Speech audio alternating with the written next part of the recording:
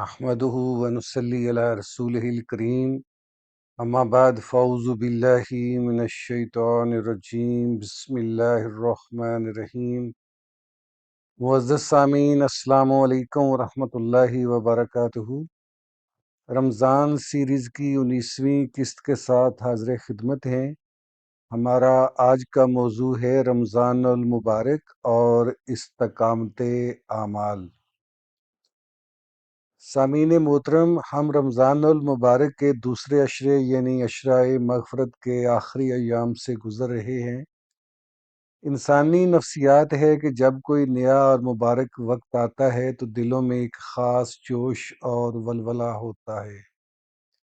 یہی وجہ ہے کہ رمضان کے آغاز میں مساجد نمازیوں سے بھری ہوتی ہیں، تلاوت قرآن کا ذوق و شوق عروج پر ہوتا ہے، سحری و افطاری کی رونقیں اور راتوں کا قیام ایک روحانی سما باندھ دیتے ہیں۔ لیکن جیسے جیسے دن گزرتے ہیں ہماری تھکاوٹ، دنیاوی مصروفیات اور نفس کی سستی کے باعث اس ابتدائی جوش میں قدرتی طور پر کچھ کمی آنے لگتی ہے۔ یہی وہ مقام ہے جہاں ایک سچے مومن کا امتحان شروع ہوتا ہے۔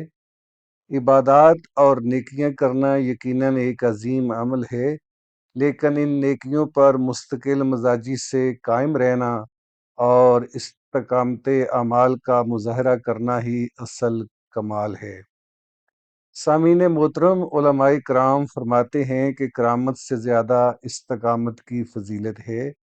ہواؤں میں اڑنا یا پانی پر چلنا اتنا بڑا کمال نہیں جتنا بڑا کمال یہ ہے کہ انسان اللہ کی بندگی پر سیدھا اور ثابت قدم رہے۔ قرآن مجید میں اللہ رب العزت نے استقامت کا راستہ اختیار کرنے والوں کے لیے بڑے شاندار اور حیرت انگیز انعامات کا اعلان فرمایا ہے۔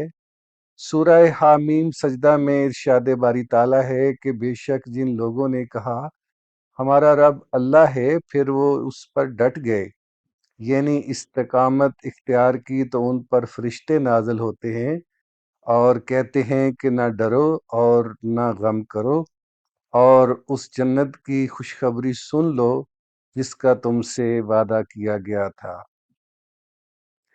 سبحان اللہ، استقامت اعمال وہ واحد خوبی ہے جس کی بدولت انسان موت کی سختی کے وقت فرشتوں کی زیارت کرتا ہے اور اس کے دل سے آخرت کا ہر خوف اور دنیا کا ہر غم دور کر دیا جاتا ہے۔ سامعین محترم، ایک مرتبہ حضرت سفیان بن عبداللہ ثقفی رضی اللہ تعالیٰ عنہ نے نبی کریم صلی اللہ علیہ وسلم کی خدمت میں حاضر ہو کر عرض کیا، یا رسول اللہ، مجھے اسلام کے بارے میں کوئی ایسی جامع اور حتمی بات بتا دیجیے کہ آپ کے بعد مجھے کسی اور سے کچھ پوچھنے کی ضرورت نہ پڑے۔ آپ صلی اللہ علیہ وسلم نے ارشاد فرمایا، کہو کہ میں اللہ پر ایمان لایا اور پھر اس پر ڈٹ جاؤ۔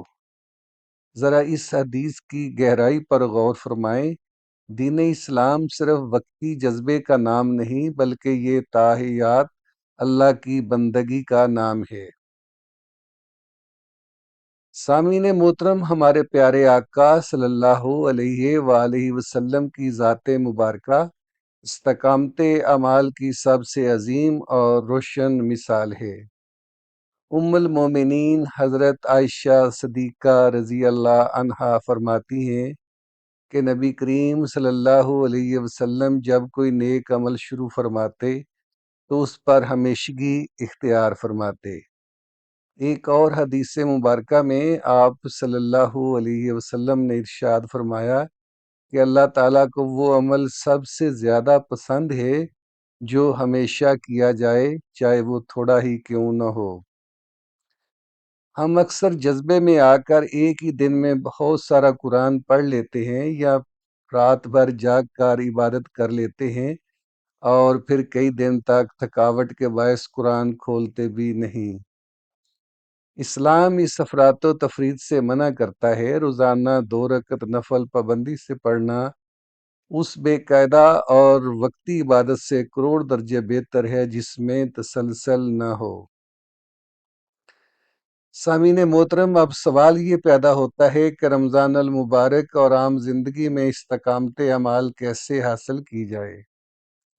اس کے لیے چند عملی تجاویز کو اپنی زندگی کا حصہ بنائیں۔ سب سے پہلی چیز یہ ہے کہ عبادت کے معاملے میں اپنے نفس پر اتنا بوجھ نہ ڈالیں جو آپ کی برداشت سے باہر ہو جائے اور آپ اکتاہٹ کا شکار ہو جائیں۔ اعتدال کا راستہ اپنائیں۔ دوسری اہم چیز صالحین یعنی نیک لوگوں کی صحبت ہے۔ جب آپ کا اٹھنا بیٹھنا ان لوگوں کے ساتھ ہوگا جو نمازوں اور تلاوت کے پابند ہیں تو ان کی صحبت آپ کے دل کو بھی نیکیوں پر جمائے رکھے گی۔ اور تیسرا سب سے مجرب اور طاقتور ہتھیار دعا ہے۔ نبی کریم صلی اللہ علیہ وآلہ وسلم خود راتوں کو اٹھ کر یہ دعا کرتے کہ یا مقلب القلوب ثبت قلبی علی دینک، اے دلوں کو پھیرنے والے میرے دل کو اپنے دین پر ثابت قدم رکھ۔ سامعین محترم، اب ہم نہایت عاجزی، ندامت اور آنسوؤں کے ساتھ اپنے رب کے حضور دعا کے لیے ہاتھ اٹھاتے ہیں۔ آپ سب بھی اپنے دلوں میں پوری یکسوئی اور گریہ وزاری کے ساتھ آمین کہیے گا۔ یا مقلب القلوب، اے دلوں کو پھیرنے والے رب، ہمارے دلوں کو دنیا کی محبت اور نفسانی خواہشات سے نکال کر اپنے دین پر ثابت قدم فرما۔ ہم کمزور ہیں، ہمیں رمضان المبارک میں سچی عبادت کرنے اور پھر اس پر استقامت اعمال کی وہ عظیم دولت عطا فرما جو تیرے مقرب اور محبوب بندوں کا خاصہ ہے۔ یا اللہ، ہمارے اندر موجود سستی، غفلت اور کاہلی کو دور فرما دے۔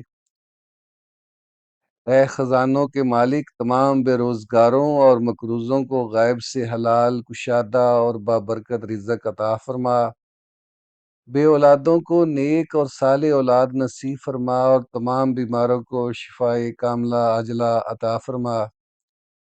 یا اللہ، ہمارے والدین پر رحم فرما، جو حیات ہیں انہیں صحت و عافیت دے اور جو وفات پا چکے ہیں ان کی قبروں کو جنت کا باغ بنا دے۔ پوری امت مسلمہ پر اپنا فضل فرما، مظلوم مسلمانوں کی مدد فرما اور ہمارے روزوں اور عبادات کو شرف قبولیت بخش کر ہمیں جہنم سے آزادی نصیب فرما۔